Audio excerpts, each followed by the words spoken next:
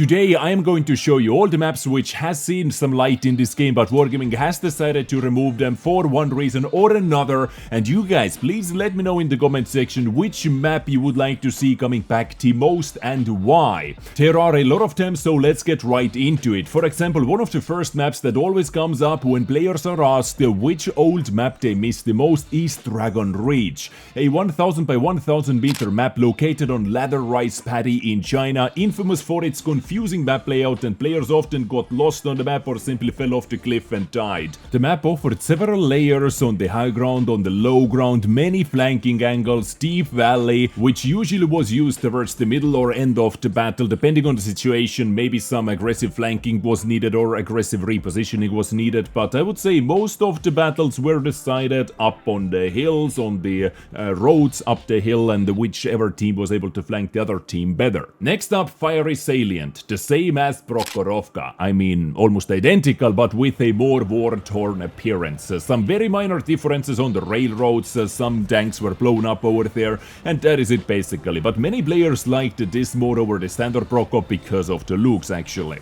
And we had several other maps which were copy-based but with a different season or feel, like the Ruinberg we have now. Back in the days it had Ruinberg on Fire, which was removed in update 9.5 and replaced with Winterberg edition. Both of them were 100% identical to the standard map, just different or in some cases improved graphics. And we can put Winter Himmelsdorf into the same bot, Himmelsdorf with snow-covered terrain, which actually looks kinda cool. But all of those special edition maps have been removed for now. Hidden Village, a village located in the middle of forest and mountains in Japan. This map was separated into 3 sectors, high ground, middle and the village, where the latter in many cases was just a death trap if you didn't know exactly how to play on it. Getting sniped or pressured from the middle was quite common, while the middle had to worry about getting sniped by enemy tank destroyers or enemy snipers, and also in some cases from the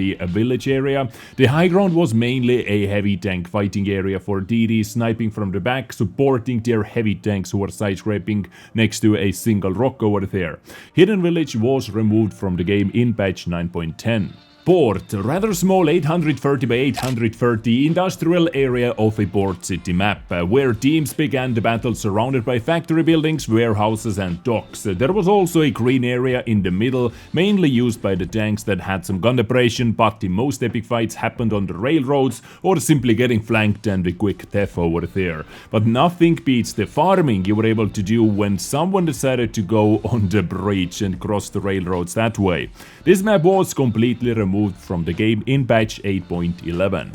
South Coast, a map which had many tunnels in the east, the sniping positions for destroyers in the middle of the map, or basically in the base as well, where they didn't have to leave the base too far like the north spawn had. One of the strongest positions on this map was located like 20 meters from your spawn, and same about the south spawn, which was a bit more open if you wanted to snipe like this Waffle is doing, for example. This map also had a beach where you were able to see some heavy tank fights or tank destroyer side scraping as well, looking to break through and flank the bases, while the middle village tried to support their flanks or spot the snipers. This map was removed from the game in patch 9.12. Next up, Komarin, 800 by 800 meter map, which saw a couple reworks actually, couple different versions, while keeping the main unique thing about it, so-called the middle island, the same almost always, which was blocked from both sides with tank traps, and back in the days many lower tier and lighter tanks got stuck behind them and they had to wait for the heavy tanks to break through it,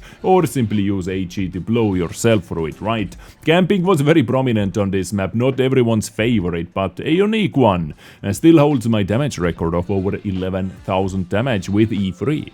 Severogorsk, 1000 by 1000 meter winter themed map, which actually saw a couple reworks, but they didn't seem to find the best setting for it. The frozen riverbed was often a place for a light tank clashes, while in the east the tanks were fighting in a typical corridor action. Same about the west, which had one massive corridor and often ended up being quite boring. The middle was barely used, only in the late game if ever. It felt big, but it played very small, if that makes sense, and it was removed from the game in patch 9.15. Moving on to another winter-themed map, Sacred Valley, which had some big heavy tank action in the northwest, while mediums usually or faster tanks tried to win the southeast and flank everyone that way, because taking the high ground over there was quite key, winning that side of the map.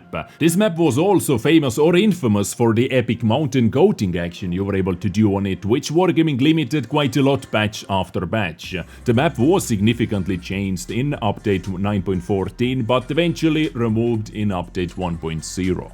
Northwest. It was a map that was actually removed due to an imbalance in the win ratio of the northern spawn, which was honestly quite badly designed. One base simply gets an epic reach line to protect the base from, to have some sniping angles early on, while the other base didn't have that luxury. Another big fighting area was the southeast corner of the map, and even if you won that as a south spawn, you were still getting wrecked in the base many times. And the middle was open for some brave flanking plays, which were often denied by the North Hill snipers. This map was removed in patch 9.7.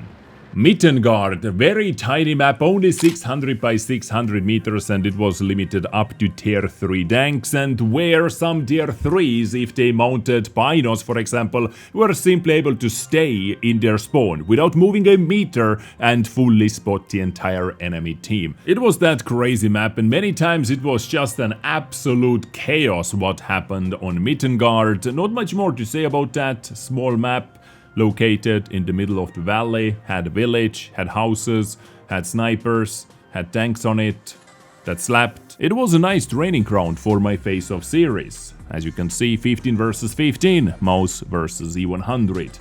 This map was removed in update 1.0. And another map which was removed with the same update 1.0 is Stalingrad, what many players were actually calling a bigger Ensk. It was 900 by 900 meters city urban map, quite a standard one. You know, you had a lot of blocks, a lot of streets with very common city battle strategies. It had the open middle like on Ensk, but of course a bit bigger. It had the open east part on the map as well, like on Ensk in this case. It was near the beach where we had some railroads as well, but the overall gameplay on this map was like on any other city map. But as I said, removed with update 1.0 with the HD World of Tanks. Now next up we have a map, another one what comes up all the time when you ask players which map they would like to see back, and it is Swamp for some reason.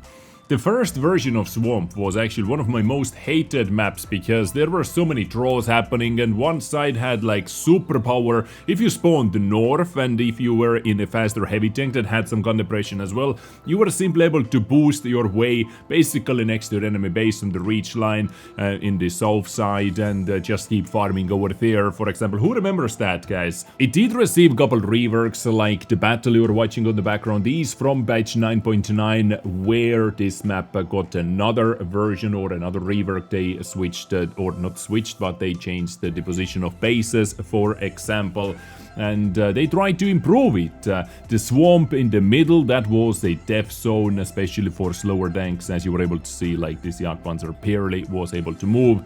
It was removed with update 1.0, but many people want to see it back. And the same can be said about our next map, Windstorm, which was added in patch 8.11 but removed in 1.1, and many people want to see it back. This is quite an interesting one because it featured a city area which was mainly occupied by tank destroyers or heavy tanks. Of course, some medium tanks ended up being over there as well, but you mainly saw medium tanks at the start of the battle in the middle, trying to get some information and some side shots into positioning tanks, or in the north together with tank destroyers. Light tanks trying to do some spotting in the middle, some very aggressive and risky spotting in the middle usually.